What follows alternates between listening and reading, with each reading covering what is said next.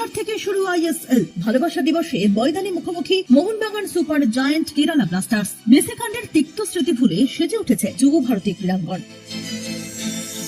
ভালোবাসার মরশুমে কলকাতায় ফিরছে ফুটবলের বসন্ত। 14 ফেব্রুয়ারি থেকে শুরু হচ্ছে বহু প্রতীক্ষিত ইন্ডিয়ান সুপার লিগ। কলকাতার যুব ভারতী ক্রীড়াঙ্গনে আইএসএল এর প্রথম ম্যাচ, মুখোমুখি Mohun Bagan super giant Kerala Blasters.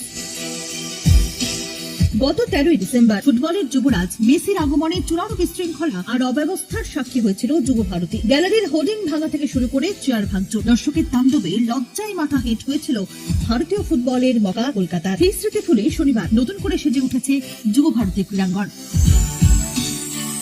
ISL এর প্রথম ম্যাচ অনুষ্ঠিত হতে চলেছে শহরের বুকে।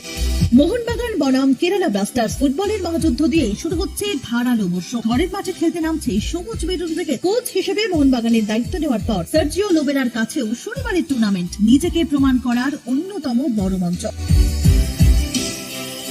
সংবাদ মাধ্যমের মুখোমুখি হয়ে তিনি বলেন, এই মুহূর্তটার জন্যই আমরা প্রহর গুনছিলাম। আমরা পেশাদার, আমাদের প্রস্তুতির সারা। এবার শুধু সমর্থকদের সামনে নিজেদের নিন্দে দেওয়ার পালা।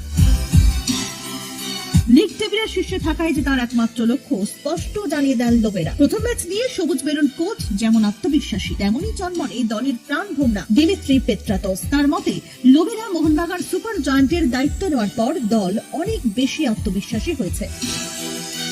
এই আত্মবিশ্বাস মাঠে কেমন সাড়া ফেলবে, এখন সেই অপেক্ষাতেই সবুজ বেরুন প্রেমীরা। আরো লেটেস্ট খবরের আপডেট পেতে ফলো করুন রাতদিন.in।